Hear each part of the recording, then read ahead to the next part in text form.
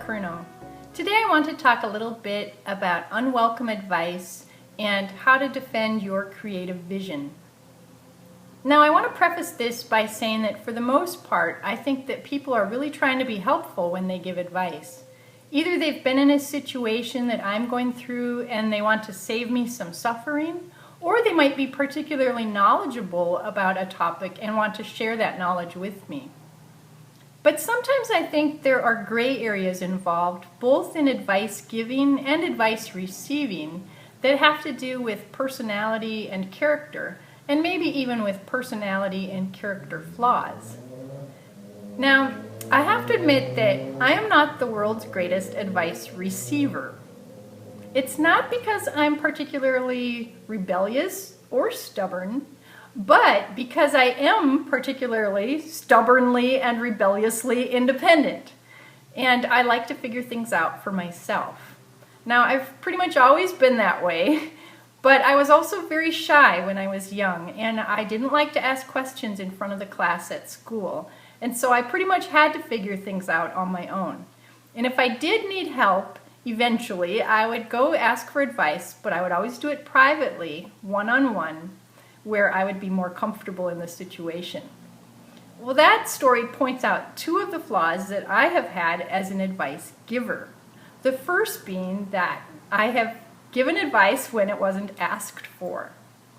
Now, if someone opens up to me and shares a story, I have just jumped right in with unasked for advice, not realizing that the person just wanted to vent or maybe just share their experience and have someone listen for a change instead of speaking.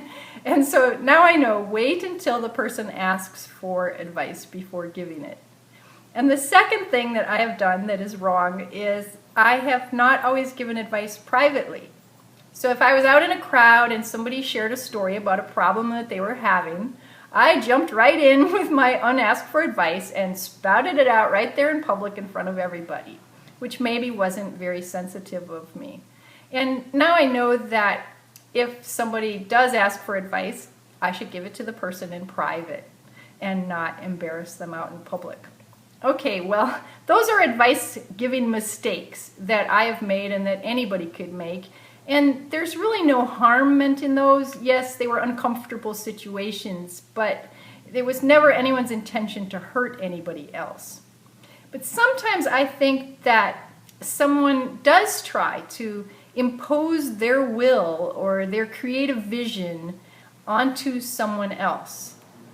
And they could be well-meaning, I don't know, but there's quite a force behind it, and it affects the other person in such a way that they question their own judgment or question their own creative process or their own skills or their own creative vision. And that, I think, is harmful. So I want to share an example with you.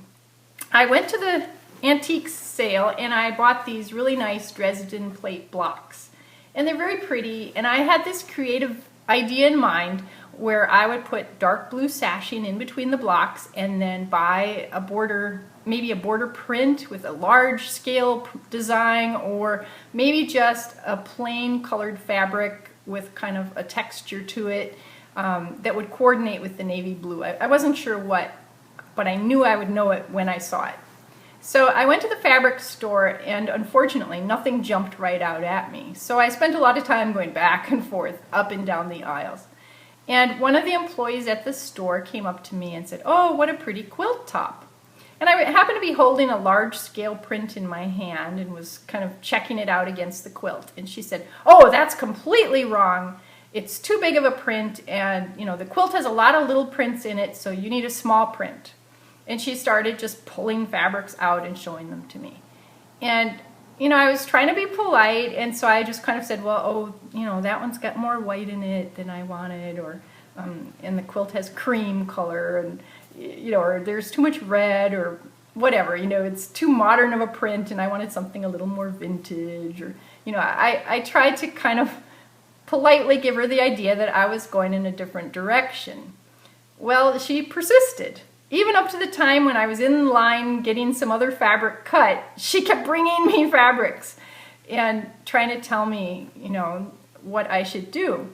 And finally, she said, "Do you know what your problem is? You put too dark of a blue sashing in between the blocks, and that's why you're not liking any of these fabric choices. And so what you need to do is go pick out all of the blue sashing and then start over with a different color and you'll have a better result."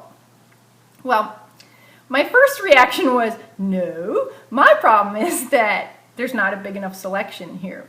But I fortunately kept myself from saying that. And I just thanked her for her time, and I realized nothing good would happen from arguing with her or anything. And I just thought, okay, we'll move on from here and I'll find something somewhere else. Well, as I was driving home, I thought, why did I get so aggravated by this? Because really, when you think about it, she didn't do anything wrong. She works there. She's supposed to be helpful. If she sees someone going up and down the aisles looking like they have a question, I think she probably should approach them. Now, maybe she didn't offer her advice in the best way. Maybe I'm inferring tone that wasn't there. I don't know. All I know is she really, when you analyze it, did not do anything wrong. Now, I thought, so why am I aggravated? Well, partly because I'm not the world's best advice receiver, right? And I'm independent and had my own idea. Well, then I started thinking, is there anything wrong with having my own idea? And I realized, no. That is the root of that situation is she had a creative vision of her own, and I had a creative vision of my own. Hers was completely different from mine, and she felt very strongly about it. I also felt very strongly about mine, and it was completely different from hers. But neither choice was wrong. If she had made the quilt her way, it would have been fine. And if I made it my way, it would be fine to me, which is really probably all that matters to me, right? Maybe no one else would care for it, but it would match the vision that I had in my mind. And I started thinking about this, that really, in any project, that is the only unique thing I can bring to it, is my vision, my creative vision. And it's supposed to be different, right? Because I'm different. So that's something special. That's not something wrong. And so I started thinking about the situation a different way. Like, she didn't do anything wrong. Maybe I could have stuck up for my viewpoint a little better. I don't know. I was trying to be polite. I'm not sure I would have changed the situation at all. If that happened again, I think I would listen to her choices, because maybe she does have a better idea. I don't know until I listen. So I would listen to her choices. I would thank her for her time, just like I did. But the difference would be that as I drove away from the store, I wouldn't be feeling all oppressed and disgruntled and frustrated. I would have a smile on my face. And why would I be smiling? It's because I have a secret. And that secret is my creative vision.